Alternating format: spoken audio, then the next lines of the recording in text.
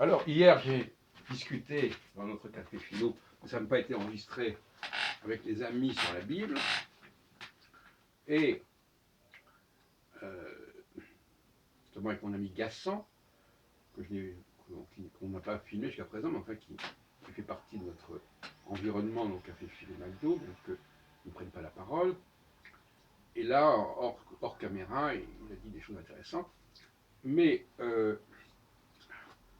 j'aurais surtout exposé mes travaux à ce sujet, sur la Bible justement, en montrant que finalement, le mot Eved, parce que justement il est arabisant, donc c'est intéressant. Le mot Eved en hébreu, on le retrouve en arabe sous la forme Abd. Et Abd, c'est l'esclave. J'aurais expliqué que en hébreu, ça veut dire à la fois Eved, donc c'est la même racine, c'est Aïn, Bed, c'est le système triconsonantique. En hébreu, ça peut vouloir dire à la fois esclave et adorateur ou serviteur ou observateur. Et donc, par conséquent, je disais qu'il y avait un contresens dans la lecture de l'Exode, et que les Juifs, les Hébreux ne sont pas partis d'Égypte parce qu'ils étaient esclaves, au sens premier du terme, si on peut dire, mais parce qu'ils étaient adorateurs. D'ailleurs, en hébreu, Oved Kochavim, c'est adorateur, on pourrait dire aussi esclave, mais c'est adorateur des étoiles, par exemple. Et puis l'autre terme qui est également sémitique, le verbe shema, en arabe on dit esma, ça veut dire à la fois écoute, mais ça veut dire aussi obéis. Naase venishma en hébreu, c'est souvent ce qu'on dit pour les gens qui sont pratiquants. Le nishma veut dire, en fait, compte, obéir, se plier à. Et la mishmat en hébreu, c'est la discipline. Donc quand on dit écoute, c'est un petit peu léger comme traduction. Hein, ce serait plutôt écoute bien, fais bien attention, que simplement écoute. L'attention, c'est-à-dire que c'est une remontrance. Et on retrouve cette formule schéma Israël, ou schéma Israël, on retrouve ça dans les trois prophètes, dans les livres des trois prophètes majeurs, Isaïe, Jérémie et Ézéchiel. Et ce que généralement on ne dit pas, et en réalité, la formule qui se retrouve dans le Deutéronome est reprise, à mon avis, de la littérature prophétique. Et c'est une mise en garde. Attention, fais attention, garde-toi, fais bien attention. Fais bien attention, ça veut dire, hein, arrête de faire ce que tu fais, obéis aux commandements. Et d'ailleurs, c'est suivi justement des commandements. Obéis à mes commandements. Alors, il y a un grand point aveugle dans tout ça, c'est qu'au fond, on ne sait pas quelles étaient les pratiques religieuses des Hébreux avant qu'on leur donne les commandements. Matan Torah. Alors, c'est un grand. Moi, je n'ai pas l'impression que c'est très vague. Très, très vague. Et ça ne m'étonne pas, parce qu'en réalité, ils étaient certainement des idolâtres. Ils étaient des idolâtres.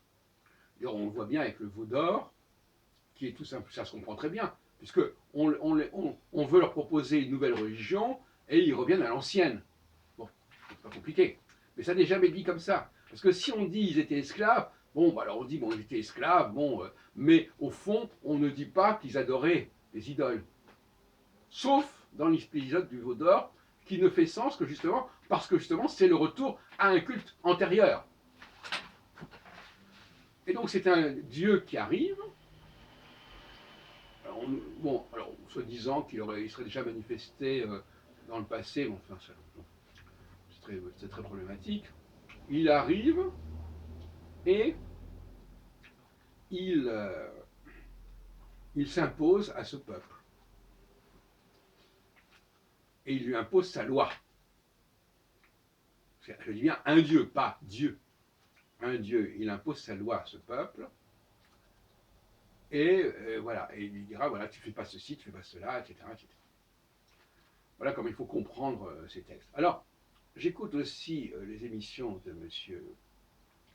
Michael Langlois, qui sont très intéressantes sur la Bible, bon, mais qui passent à côté des vrais problèmes. Alors c'est intéressant de savoir que telle édition, ou telle version, ou telle traduction a été faite à telle et telle époque. Mais il n'a pas une approche vraiment critique.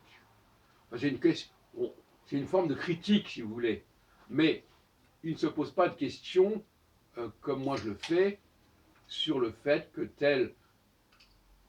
ou que le Pentateuque, par exemple, le Pentateuque aurait pu être écrit après les prophètes et à partir des prophètes. Vous savez qu'en anglais, after, ça veut dire à la fois après, mais à partir de. Il ne parle pas du tout de ce problème-là. Il ne l'aborde même pas. Il ne fait pas du tout de critique textuelle. Il peut effectivement montrer que tel verbe a été changé, que le verbe alar, par exemple, à propos de Jéricho, a été changé en Allah, Allah avec un aïn, bon, et qu'il en fait tout un bouquin là-dessus. Bon, très bien. Mais, alors, je reviens sur la présence des noms de Moïse et d'Abraham dans les livres prophétiques. Alors, c'est très, très, très limité. Hein. Alors, je ne sais pas si je vais les trouver tout de suite, parce que je n'ai pas préparé. Mais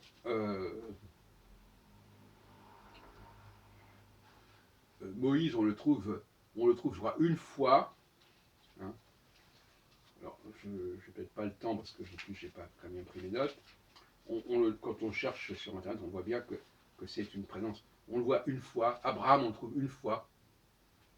Sur l'ensemble des textes prophétiques.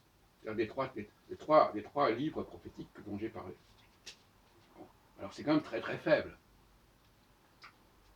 On trouve le schéma, le son de schéma, on trouve dans les trois livres prophétiques. Par contre, le personnage de Moïse, il apparaît pas chez Ézéchiel quand il parle de la sortie d'Égypte. Donc le mot Moïse apparaît chez un des trois prophètes, je ne sais pas lequel, on ne sait pas s'il a trouvé, mais on ne dit pas ce qu'il a fait, on ne sait pas qui c'est ce Moïse. Abraham, on parle aussi d'Abraham, bon, mais c'est extrêmement vague également, et très ponctuel. Donc, on peut s'interroger. Bon. Pour Abraham, c'est moins un problème. Après tout, qu'est-ce qu'on en a à faire de savoir si les prophètes parlent d'Abraham ou pas. Ils parlent de Jacob. Bon. Ils ne parlent pas d'Abraham, ou ils en parlent très peu. Ça ne change pas grand-chose. Par contre, le cas de Moïse, lui, est beaucoup plus problématique. Parce que si le nom de Moïse figure, je crois, je me trompe peut-être, dans Ésaïe, je ne sais pas, par exemple, il ne figure pas du tout, il figure pas dans le grand récit de la sortie d'Égypte qui est dans Ézéchiel. C'est là qu'il devrait se trouver. Bon, donc voilà les vrais problèmes que M. Langlois devrait étudier désormais, qui sont autrement plus compliqués, et qui n'exigent pas, je dois le reconnaître, de connaissances épigraphiques particulières. Hein. Il s'agit simplement de prendre la Bible en hébreu et en notre langue telle qu'elle nous est parvenue, et les variantes ne nous intéressent pas ici. On constate simplement que le schéma Israël s'est complètement repris des prophètes qui mettent en garde Israël, et justement, je répète encore une fois, c'est pas n'importe quoi, et il faut bien comprendre que ce sont des gens qui sont des idolâtres. Et d'ailleurs, ces prophètes qui sont de l'époque de Babylone, il y avait le même problème à l'époque aussi. Hein. Bon. Il faut bien aussi comprendre ils sont des idolâtres, on veut les faire sortir de leur idolâtrie, et c'est pas du tout la question de sortir de l'esclavage. Hein. Ça, c'est une douce plaisanterie qu'il faut absolument corriger, et d'urgence.